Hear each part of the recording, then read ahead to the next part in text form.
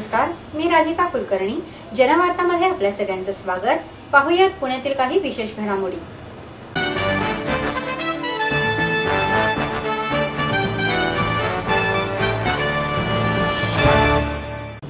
भारतीय राज्यव्यवस्थेवर नागरिकांचा अंकुश असायला हवा, असं प्रतिपादन माजी सनदी अधिकारी अविनाश धर्माधिकारी यांनी केलं. वक्तृत्तेजक सभेच्या वतीने आयोजित वसंत व्याख्यानमालेच्या 140व्या ज्ञान सत्रातील सौ गो बर्वे स्मृती व्याख्यानात ते बोलत होते. धर्माधिकारी म्हणाले, नागरिक हे समृद्ध लोकशाहीचे मूळ आहे, पण फक्त निवडणुकीच्या वेळी नागरिकांना लोकशाहीमध्ये सहभागी करून घेतले जाते. सध्या मतदार याद्यांच्या घोळामुळे अनेकांचा तो हक्क देखील हिरावून घेतला जातोय, असा टोला देखील धर्माधिकारी यांनी राज्यकर्त्यांना उद्देशून मारला. स्वतंत्र नागरिक ही लोकशाहीची शक्ती आहे, पण दुर्दैवाने या शक्तीचा राज्यकर्ते गैरवापर करत असतात. घटनेने अनेक कायदे लोकांना समोर ठेवून केले आहेत. लोकांच्या हिताची अनेक विधेयके संसदेत मांडली गेली, पण कित्येक विधेयके वर्षानुवर्षे तशीच पडून आहेत. जनरेट्यामुळे माहिती अधिकाराचा कायदा संसदेत पारित झाला असं नमूद करत हा कायदा आणण्यासाठी तत्कालीन सरकार उदासीन होतं, पण नाईलाजाने का होईना तो कायदा त्यांना आणावा लागला, असं धर्माधिकारी यांनी सांगितलं. लोकपाल विधेयकाचा देखील राज्यकर्त्यांनी खेळखंडोबा केला असा आरोप करत या विधेयकाला संसदेत संमती मिळायला 45 वर्षे लागली. याकडे धर्माधिकारी यांनी लक्ष वेधलं. धर्माधिकारी म्हणाले, भारतीय राज्यघटनेमध्ये सरकारी यंत्रणा नागरिकांना उत्तरदायी नाही, त्यामुळे नागरिक हतबल आहेत. वस्तुतः राज्यघटना ही नागरिकांच्या हितासाठी तयार करण्यात आली, परंतु त्याचा राज्यकर्त्यांनी चुकीच्या पद्धतीने वापर केला आहे. हे सांगत त्यांनी पुण्यातील तसेच महाराष्ट्रातील मतदार याद्यांबाबतीत झालेल्या घोळाचे उदाहरण दिले. मतदान न करता आलेल्या नागरिकांनी प्रशासनाला प्रश्न विचारल्यानंतर प्रशासन काहीच करू शकत नाही, अशा प्रकारची नागरिकांना उत्तरे मिळाली. यावरून प्रशासन आणि राज्यकर्ते नागरिकांचा हक्क हिरावून घेत असल्याचं धर्माधिकारी यांनी नमूद केलं.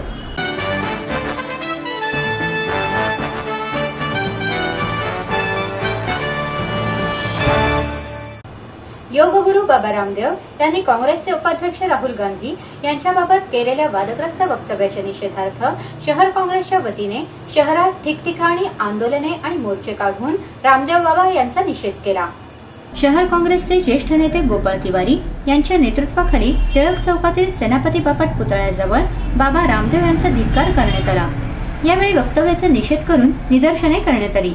शहराध्यक्ष ॲडव्होकेट अभय छजेड, ज्येष्ठ कार्यकर्ते श्रीरंग चव्हाण, महिला शहराध्यक्षा डॉक्टर स्नेहल पाडळे, सुनीता गलांडे, इंटकचे राजू खराडे, उपाध्यक्ष मुक्तार शेख, वस्ताद रियाज, माजी नगरसेवक अभिजित शिवरकर, नितीन गुजराथी उपस्थित होते.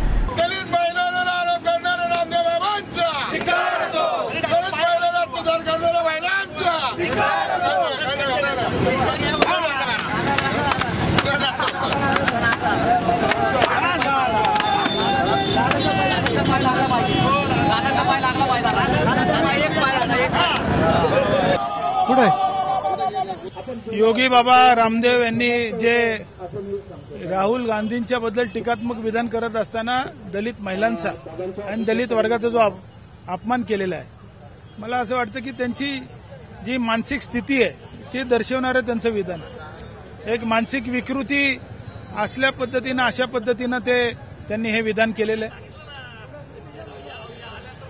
सोनिया गांधी, राहुल गांधी आणि गांधी कुटुंबियांच्या वतीनं त्यांच्या मनामध्ये द्वेष भावना आहे आणि ती द्वेष भावना सातत्यानं प्रकट होत असते आणि हे प्रकट होत असताना त्यांनी आज दलित वर्गाचा मोठ्या प्रमाणावर अपमान केलेला.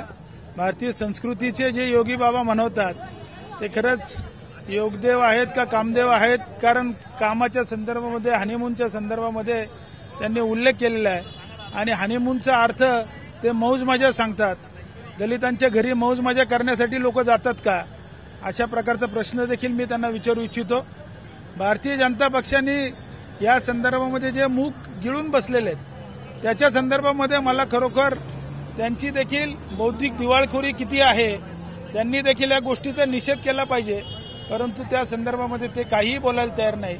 आणि अशा प्रकारे दलितांच्या विरुद्ध रामदेव बाबा बोलतात, भारतीय जनता पक्ष चूप बसतं, याचा अर्थ दलितांच्या विरोधातली भारतीय जनता पक्षाची देखील भूमिका आहे हे स्पष्ट होतं. रामदेव बाबांचा मी मनापासून या ठिकाणी काँग्रेस पक्षाच्या वतीनं धिक्कार करतो.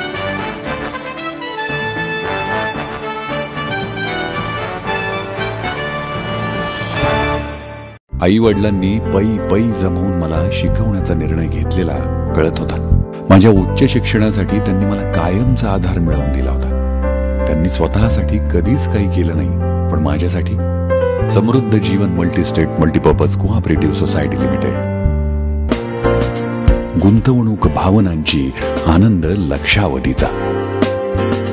समृद्ध Jeevan multistate multipurpose cooperative society limited.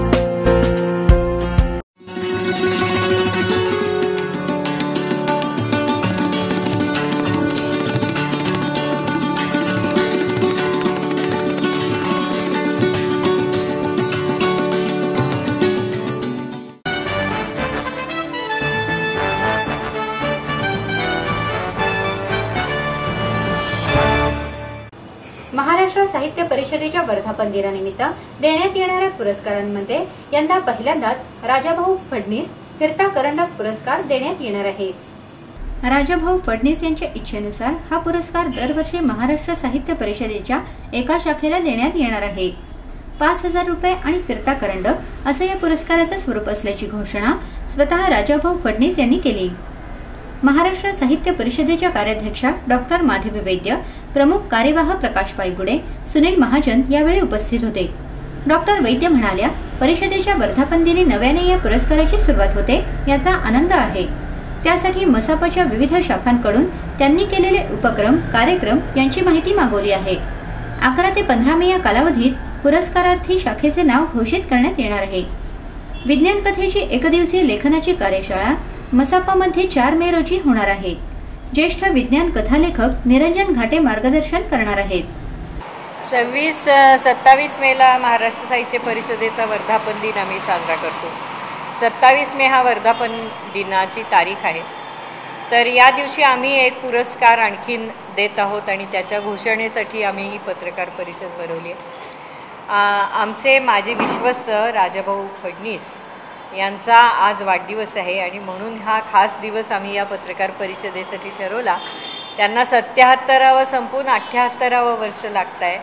तर त्यासाठी त्यांनी एक उत्तम योजना ही आमच्या पदाधिकाऱ्यांच्या समोर आणली की महाराष्ट्र साहित्य परिषदेच्या महाराष्ट्रभर ज्या शाखा पसरलेल्या आहेत त्याची संख्या आता जवळजवळ 60च्या आसपास झालेली आहे आणि ग्रामीण भागातही शाखा सुरू व्हाव्यात म्हणून अनेक ठिकाणून आम्हाला विचारणा होते आहे. पण असलेल्या शाखा या सुरळीत चालायला पाहिजेत आणि गुणात्मक त्यांनी काम करायला पाहिजे.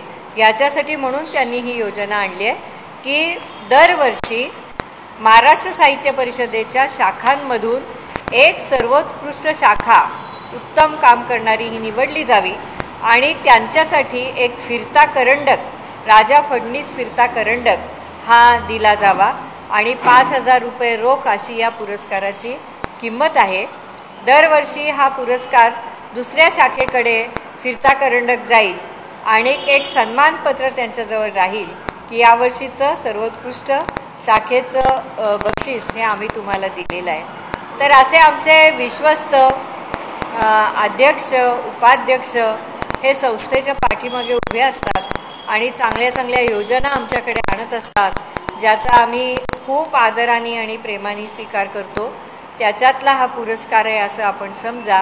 आणि 10 मेपर्यंत महाराष्ट्र साहित्य परिषदेचा जिथे जिथे शाखा आहेत त्यांना आम्ही असं आवाहन करतो आहोत की तुम्ही तुमचे सगळे जे कार्यक्रम आहेत, जी आखणी आहे, शाखांची आखणी आहे, मग ती आर्थिक असेल, कार्यक्रमाच्या दृष्टीने असेल, पुरस्काराच्या दृष्टीने असेल, त्याची सगळी माहिती तुम्ही आमच्याकडे पाठवावी. आणि त्याच्यासाठी आम्ही एक समिती गठीत केलेली आहे. ती समिती पदांच्या दृष्टीने गठीत केलेली आहे. म्हणजे कार्याध्यक्ष, कोषाध्यक्ष, प्रमुख कार्यवाह आणि स्वतः राजाभाऊ फडणीस हे त्या समितीत असतील आणि त्या वर्षीचा तो जो माणूस तिथे पदसिद्ध अधिकारी असेल तो याच्या समितीमध्ये भाग घेईल, निर्णयाच्या समितीमध्ये, आणि त्यांनी निर्णय दिल्यानंतर त्या शाखेला पुरस्कार हा घोषित केला जाईल.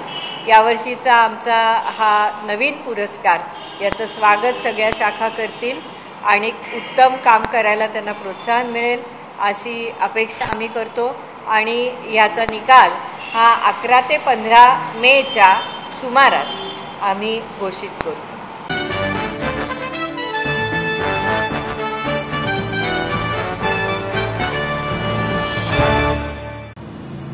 विमाननगर येथे बेकायदेशीरपणे चालू असलेल्या हुक्का पार्टीवर पोलिसांनी छापा टाकत आयोजकांसह 51 जणांना ताब्यात घेतले. वीकेंड पार्टीच्या नावाखाली बेकायदेशीररित्या चालू असलेले हुक्का पार्लर आणि विनापरवाना दारू विक्री उधळून लावत पार्टी आयोजकांसह 51 जणांना पोलिसांनी ताब्यात घेतले. अतिरिक्त पोलीस आयुक्त प्रकाश मुत्याळ यांच्या आदेशानुसार टाकलेल्या छाप्यामुळे शहरात प्रचंड खळबळ उडाली असून पुन्हा एकदा शहरातील दारू पार्ट्यांबाबत चर्चा सुरू झाली आहे. विमाननगर येथील धुवा दी कबाब हट या हॉटेलवर 27 एप्रिल रोजी पहाटे 2:15च्या सुमारास हा छापा टाकण्यात आला. त्यात हॉटेल मालकासह 12 कामगार आणि 38 ग्राहक अशा एकूण 51 जणांना ताब्यात घेण्यात आलं आहे. पार्टीत सहभागी झालेल्या 9 तरुणी आणि 29 तरुणांचा समावेश आहे. पार्टीतील सहभागी तरुणांमध्ये शहरातील नामांकित महाविद्यालये तसेच आयटी क्षेत्रातील 19 ते 30 वयोगटाच्या तरुणी असल्याचं पोलिसांनी सांगितलं. धुवाती कबाब हट हे हॉटेल विमाननगर येथील रॉयल टॉवर या इमारतीच्या टेरेसवर असून त्या ठिकाणी ही पार्टी सुरू होती. त्यात हुक्का आणि दारूच्या नशेत बेधुंद झालेले तरुणी आक्षेपार्ह अंगविक्षेप करत अगदी पहाटेपर्यंत नाचत होते. याची माहिती मिळाल्यानंतर प्रकाश मुत्याळ यांनी भोसरी पोलिसांना आदेश दिले. त्यानुसार पोलीस निरीक्षक चंद्रकांत भोसले आणि त्यांचे पथक काही मिनिटात घटनास्थळी पोहोचले आणि छापा टाकून सर्व 51 जणांना ताब्यात घेतले. त्या ठिकाणी केलेल्या तपासणीमध्ये पोलिसांना रोख 47,840 रुपये, हुक्का आणि अन्य साहित्य असा 61,000 रुपयांचा ऐवज मिळाला असून पोलिसांनी तो जप्त केला आहे. यामध्ये रात्री 3 वाजण्याच्या दरम्यान विमानतळ पोलीस स्टेशनच्या हद्दीमध्ये धुवा दी कबाब हट या नावाचं एक रेस्टॉरंट होतं. ते इलिगल चालत होते, त्याच्याकडे परमिशन नव्हतं. त्या अनुषंगाने सिनियर PI भोसरी यांनी वरिष्ठ पोलीस अधिकारी पोलीस आयुक्त आणि नॉर्थ रिजन सर यांच्या आदेशाप्रमाणे ती कारवाई त्या ठिकाणी करण्यात आलेली आहे. म्हणजे त्यामध्ये हुक्का बार आणि दारू अशा स्वरूपाची ती कारवाई आहे. त्यामध्ये 9 मुली 30 मुलं.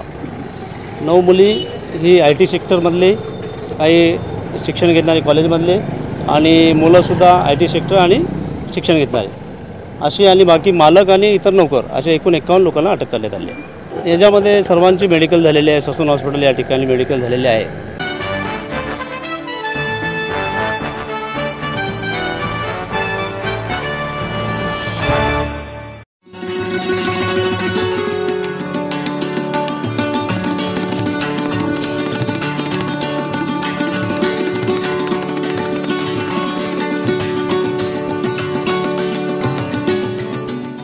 माहेर सोडून सासरी आले. इथेही प्रेमाची मायेची माणसं होती, पण माझं भविष्य सुरक्षित आहे याचा आनंद आत्मविश्वास वाढवणारा होता.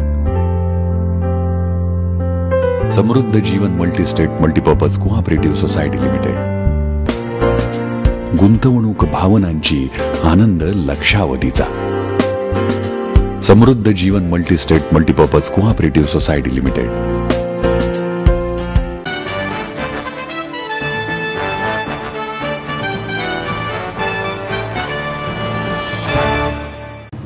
जीनियस टॅलेंट सर्च तर्फे आयोजित राज्यस्तरीय स्पर्धा परीक्षांचा निकाल जाहीर झाला आहे. जीनियस टॅलेंट सर्च तर्फे आयोजित राज्यस्तरीय स्पर्धा परीक्षेत कराडमधील अमरसिंह अंकुश नांगरे या विद्यार्थ्याने 1,11,111 रुपयांची शिष्यवृत्ती पटकावली आहे. नामदार आनंदराव चव्हाण विद्यालयामध्ये इयत्ता 5वीत नांगरे शिकत आहे, अशी माहिती जीनियसच्या संचालिका प्राध्यापिका छाया पांचाळ यांनी पत्रकार परिषदेत दिली. जीनियसचे सल्लागार ज्येष्ठ व्यवस्थापन तज्ज्ञ डॉक्टर प्रणजी शेजवलकर आणि जयश्री पेंडसे यावेळी उपस्थित होते. संस्थेने जानेवारीमध्ये घेतलेल्या स्पर्धेचा निकाल नुकताच जाहीर करण्यात आला आहे. या स्पर्धेत राज्यातील 5,000हून अधिक विद्यार्थी सहभागी झाले होते. या परीक्षेत देशिंग येथील श्री महालक्ष्मी हायस्कूलमधील पद्मसिंह चव्हाण याने लॅपटॉप तर पुण्यातील अहिल्यादेवी मुलींच्या शाळेतील जान्हवी बापटने टॅबचे बक्षीस पटकावले आहे.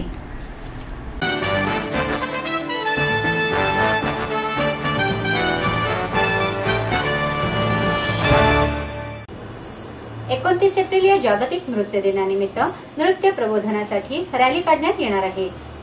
या संदर्भात आयोजित पत्रकार परिषदेत ही माहिती देण्यात आली. भारतीय शास्त्रीय नृत्य पद्धत जगामध्ये प्रसिद्ध आहे, पण भारत देशात तिचा विसर पडत आहे, अशी खंत सुचित्रा दाते यांनी व्यक्त केली. 29 एप्रिल या जागतिक नृत्य दिनानिमित्त पुण्यातील नृत्यप्रेमी संस्था रॅली काढणार आहेत. 88 मित्रमंडळ कॉलनी पर्वती ते जिल्हाधिकारी कार्यालय या दरम्यान सायंकाळी 5 ते 6 या वेळेत ही रॅली निघणार आहे. नृत्य ही आनंद देणारे आणि शरीरासाठी उपयुक्त आहे, त्यामुळे याचा अभ्यासक्रमामध्ये समावेश व्हावा अशी अपेक्षा सुचित्रा दाते यांनी व्यक्त केली.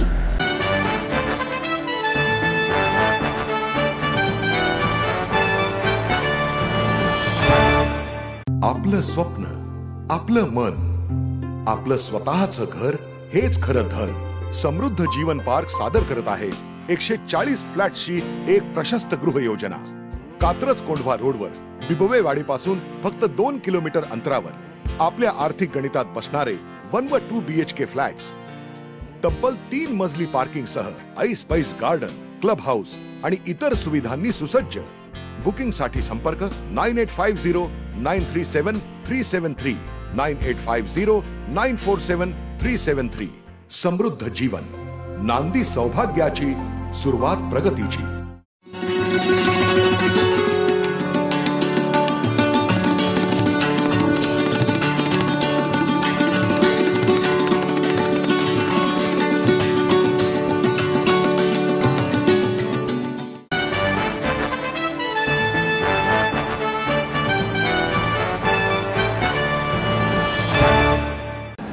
महर्षी कर्वे स्त्री शिक्षण संस्थेतर्फे महिलांसाठी पहिल्यांदाच प्लंबिंग कोर्सचं आयोजन करण्यात आलं आहे. पुरुषांच्या बरोबरीने सर्वच क्षेत्रात उल्लेखनीय जबाबदारी सांभाळणाऱ्या महिला आता कुशल मनुष्यबळाची गरज असलेल्या क्षेत्राकडे वळाल्या आहेत. त्यामुळे घरातील गळणारा नळ दुरुस्त करण्यापासून ते सोसायटीतील पाईपलाईनच्या फिटिंगपर्यंतची प्लंबिंगची कामे करताना महिला दिसल्या तर यापुढे आश्चर्य वाटून घेऊ नका. मुलींनाही प्लंबिंगचे ज्ञान अवगत व्हावे या उद्देशाने पुण्यात पहिल्यांदाच मुलींसाठी प्लंबिंगचा कोर्स सुरू होत आहे. महिलांच्या सबलीकरणासाठी कार्यरत असलेल्या महर्षी कर्वे स्त्री शिक्षण संस्थेच्या Shri Manilal Nanavati vocation training institute आणि ज्ञानदा प्रतिष्ठानच्या Indian institute of development research यांच्या संयुक्त विद्यमाने महिला आणि मुलींसाठी प्लंबिंग कोर्सची आखणी करण्यात आली आहे. येत्या 5 मे पासून या अभ्यासक्रमाला सुरुवात होणार आहे. या कोर्सचे प्रशिक्षण आंतरराष्ट्रीय दर्जाचे राहणार असून विद्यार्थिनींना international association of plumbing and mechanical officials या संस्थेचे प्रमाणपत्र देण्यात येईल अशी माहिती महर्षी कर्वे स्त्री शिक्षण संस्थेचे कार्याध्यक्ष विश्वास देवल आणि ज्ञानदा प्रतिष्ठानचे कार्याध्यक्ष सुभाष इनामदार यांनी पत्रकार परिषदेत दिली.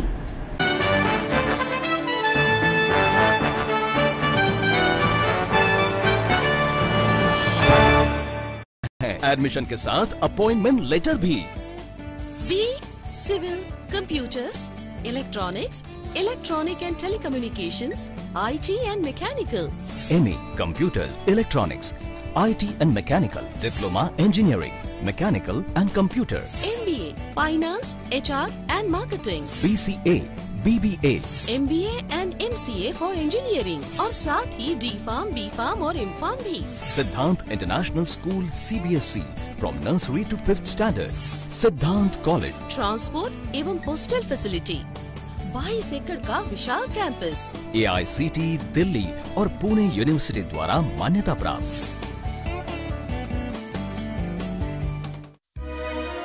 समृद्ध करियर की ओर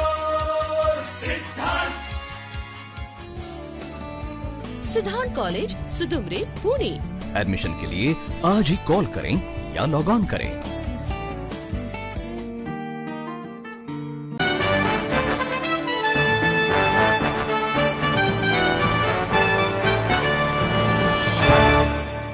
आणि याबरोबरच हे बातमीपत्र संपलं. पुन्हा भेटूया उद्या याच वेळी. नमस्कार.